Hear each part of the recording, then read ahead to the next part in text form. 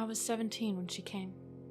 I'd been living with my abusive mother for 17 long, painful years. It was around midnight, and my mother was already asleep, so when the 3 soft raps at the front door came, it was me who answered. An odd-looking little girl stood there, with cheeks pale and colorless, blonde hair and braided pigtails, pink dress torn a little at the hem, feet bare and turning slightly blue from the cold of winter, and black eyes. Fathomless, deep, black eyes. I quickly let her in, thinking of how horridly underdressed she was. It wasn't until later I'd wondered why she'd not been shivering, or even questioned as to why she was here in the first place. I got her into the living room, wrapping her little form in a thick afghan my grandmother knitted. She held it, though it didn't seem to affect her, and I smiled. "What's your name, sweetie?" A long silence passed, in which she stared at me. I was beginning to be discomforted by her black gaze, when she parted her lips and spoke in a soft voice. "Lacey Morgan." I nodded, smiling again. "You can stay here tonight, Lacey," I said, motioning to the couch. She curled up in a little ball, black eyes still on me, and I exited the room.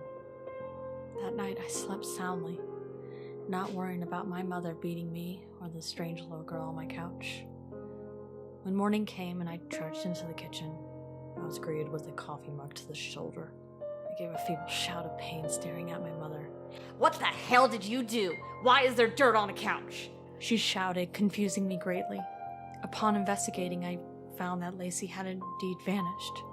The only proof she'd been there was some dirt that must have fallen off her dress or feet. I took responsibility, earning myself a strong hit to my cheek, and left for school. While there, I heard something that sent chills down my spine. Lacey Morgan was found dead last night. I passed the day waiting for any more news on the subject, but found none. Upon arriving home, the news was broadcasting a live report on her, though. Lacey Morgan, 6 years of age, was reported dead at 7 last night. Her body was located in the backyard, buried there in her pink dress. So far, there has been no sign of her mother, Marissa Morgan, who is the primary suspect to be the killer, as Marissa has reportedly abused Lacey multiple times and may be responsible for her death. Suddenly, a picture of Lacey appeared on the screen. She appeared very close to how she had when I met her. Blonde hair and braids, pink dress, pale face. Only her cheeks had color, and her eyes were baby blue. To most, this would seem unimportant, but not to me. She died before arriving at my house, if what the newscaster said was true. Died hours before. I tried to play it off, going about my business. I went to bed early so as not to have to see my mother. It was around midnight when I awoke to cool fingers stroking the bruise on my cheek. I sighed, leaning into the small hand.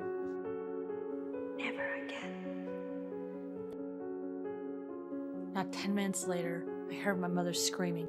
I rushed into her bedroom, nearly fainting at what I saw. My mother was thrashing wildly on her bed, a small creature having buried its face into her chest. I could hear the sound of flesh tearing, and my mother's screaming increased in volume. I wish I had gone up. Later on, I'd tell myself I hadn't. But I had. Oh God, I had. So when Lacey pulled back from the gaping hole in my mother's chest cavity, I had a plain view of her razor-sharp teeth glinting in the light, glinting with my mother's blood. She smiled innocently at me for a moment, before swiftly tearing out my mother's jugular. That time I did faint. When I came to, I was in my bed. I walked to my mother's room, morbid curiosity getting the best of me. Upon opening the door, I found the room empty.